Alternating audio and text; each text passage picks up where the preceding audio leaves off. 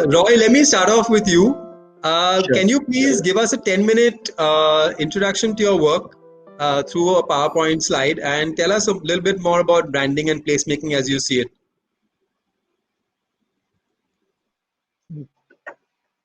Hi, Firdaus. Lovely to be here, especially in a session moderated by you. And it's especially special because this is the first edition of Urban Jam of 2021. And very happy to be with Jamiti Hub on this. So let me pull up a small deck, which I'll sort of run through my perspective on some of the work that I've been doing over the years in placemaking. Vishala, you might just bring up the presentation.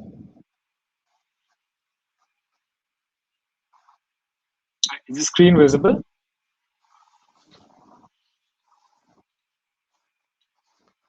Great. So the perspective really comes from the idea that places are pretty much as physical as they are conceptual, and they exist as physical monuments as well as they exist in our memories in terms of our ideas of what the spaces are as well. And our collective imagination in that sense is also shaped by what we see and hear. And today, with our total immersion in social media, the perception of a space is shaped by so many other things apart from its actual physical environment as well. An interesting example of this is actually I'm not sure if everyone's heard of this. There's actually a specific syndrome called the Paris syndrome, which is faced by Japanese tourists who, when they see Eiffel Tower, they literally face depression on seeing the difference between what they thought what the Eiffel Tower would be and what the reality was as well. And interestingly, this is really where branding and identity sort of comes into place, because it helps in shaping and creating these collective imagined spaces. Some of the ways in which it does is through the identity of the place, it's through signage and wayfinding and art and communicating community programs. And these are some of the areas that I'll talk about, the kind of work that I've been doing over the years. A little bit of background. I'm the co-founder of Roy Studio and of Switch. These are two studios which work in two similar fields. Roy Studio works with place brands and experience design. Switch works on the narrative side of the process. And one of the large areas of work that we do is sort of, and which we feel very passionately about, is about how do we sort of create identity for all of these spaces, whether it's public, private, and all community spaces, which are built from our local narratives and context.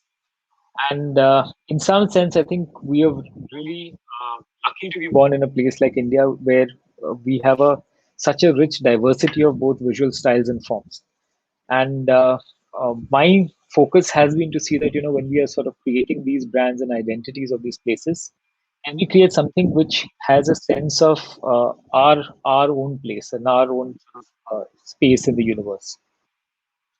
So I'll run through three areas of work. One has been in private public spaces, largely in lifestyle centers, and how we sort of worked into creating a pride in the community. The second is in heritage spaces, how in heritage spaces, the identity really helps in define the place as well. And the third is in community and its produce. And that's a little off from placemaking, but I think it's still relevant in terms of creating a sense of the larger place.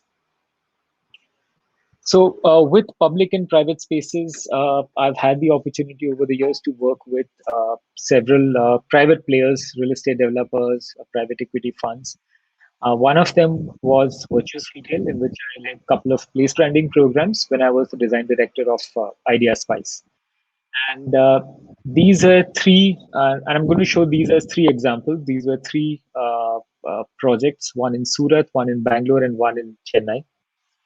So interestingly, the objective was that how do we make sure that when there is a center which is there in Surat, because this is designed as a lifestyle and community center, so it also blends in not just commercial aspects but also community aspects as well. Can we create a very strong sense of pride in the city, and which is celebrated through the center itself? And as a process, one of the ways which sort of worked really well and what we defined was the idea of creating a culture map of the city. And this sort of, in a sense, became a template for several other projects going ahead as well. So the culture map really defines what makes the city unique, what are its little quirks, and what are the really things which sort of add character to the city. And the culture map, in that sense, helped define a whole lot of right from the graphic language to the visual language and to the personality of the center. So one of the areas which sort of became the anchor point of the placemaking program in the center was this 300-foot wall, which depicted the whole entire history of Surat, starting from Akbar's time to recent developments as well. And the interesting thing with these kind of places are that, in a sense, there are private places because there are retail centers, there are retail shops, there are commercial spaces as well. But there are also large open spaces which tend to become sort of public in nature. And when these places which are public in nature tend to celebrate the city, the culture, and the local context, the result is in some sense almost magical because it sort of instills a deep sense of pride within the community itself. And one of the things which was interesting about where the center was located was it was right in front of Tapi River, where an annual Magdala boat race is held every year. And one of the things which was done at the inauguration of the center was a really large installation of the winner of last year's Magdala boat race called, and this became an installation called the Jal Tapi, which was also hand painted by the artist Paresh Mehti. And this is an example where, typically in a mall, you have a large atrium space. Now, rather than create an art installation which is could be from anywhere in the world, if it really celebrates what's happening in the neighborhood, in fact in their case right in their doorstep, it recontextualizes the entire event, and it sort of brings it into a completely different perspective altogether. From there, this allowed us to create a dramatic language which spelled out right from whether the housekeeping uniforms, the communication, and all the other collaterals. So the identity really sort of stemmed from having a very, very strong local context.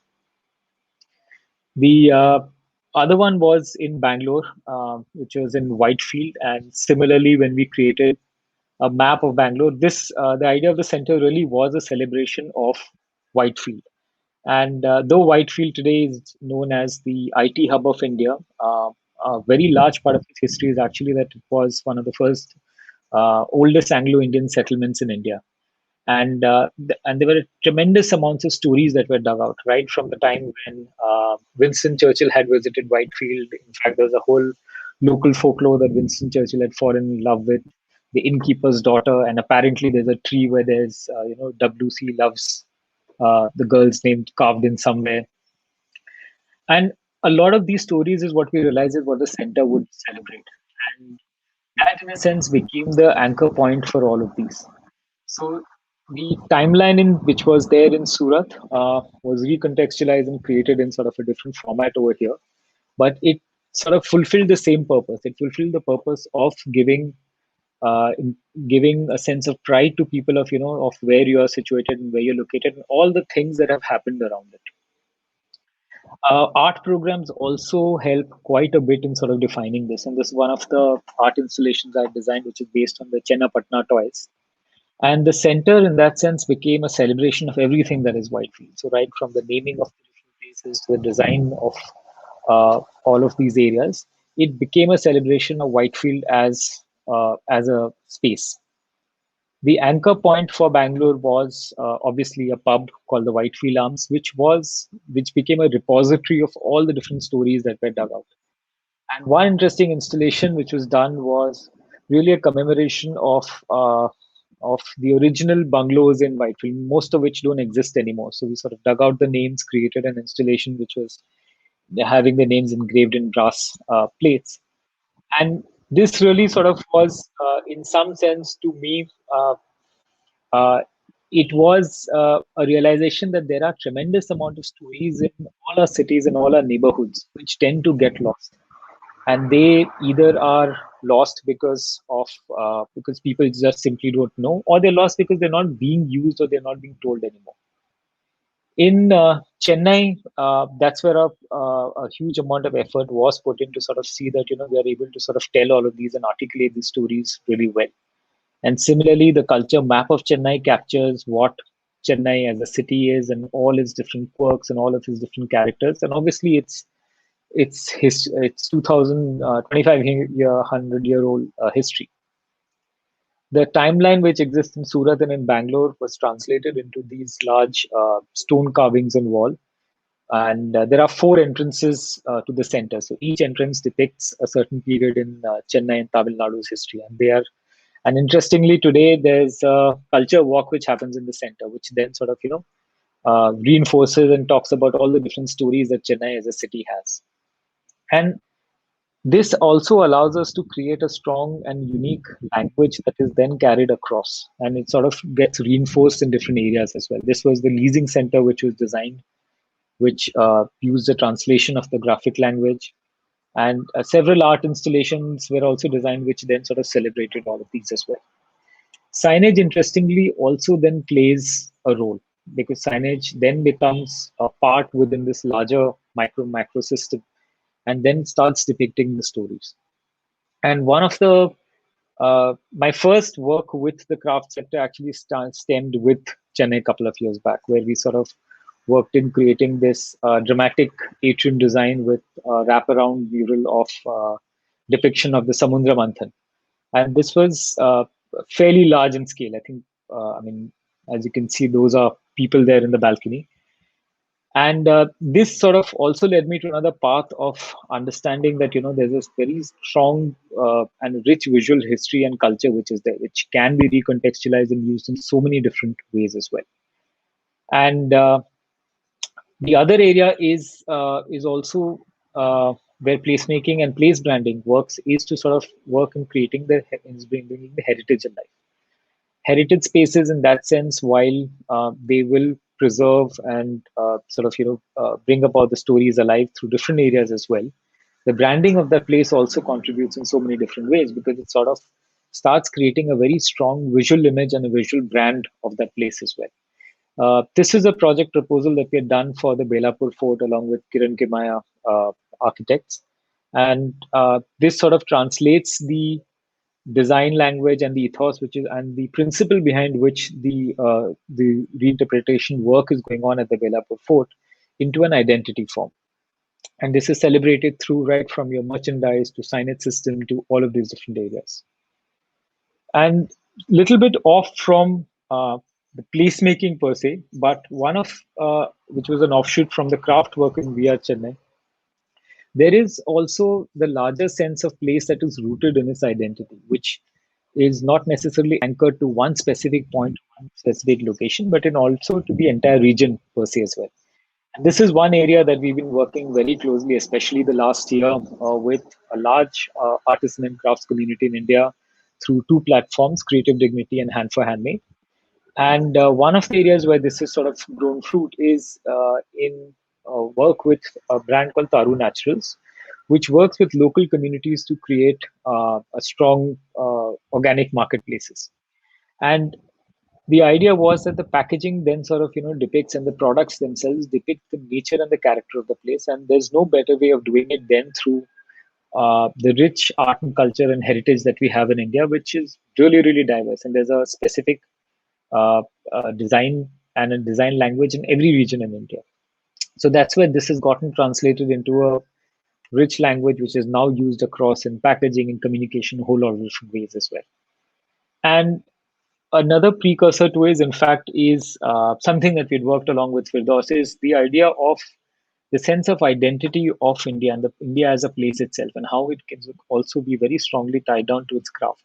And craft, when it's celebrated through design and it's sort of put in a modern context, also helps in shaping the narrative of what we are perceived as well. So this is BFT Home, which was a really, really fun project which we had worked in with Firdaus. And the idea was to sort of look at Indian craft as the origin point of a whole lot of different products, and to really talk about different regions and creating the regional identity through these products as well.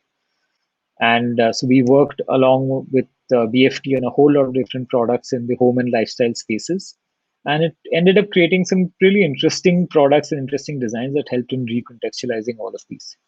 And that's what my perspective is on people, places, and stories. And I know as sort of placemaking and especially in placemaking programs, identity becomes one of the key anchor points. It sort of has the power to sort of help bring all the different aspects and narratives together into a strong visual system, which can then be used to communicate in so many different platforms apart from the physical space itself. So that's my presentation. I don't know if I'm above 10 minutes or less than 10 minutes. Back to you, boss. Thank you, Roy. That was really, really astounding, the amount of beautiful work you've done. And really appreciate the little project you had done with us as well before you moved to Goa. It was wonderful working with you.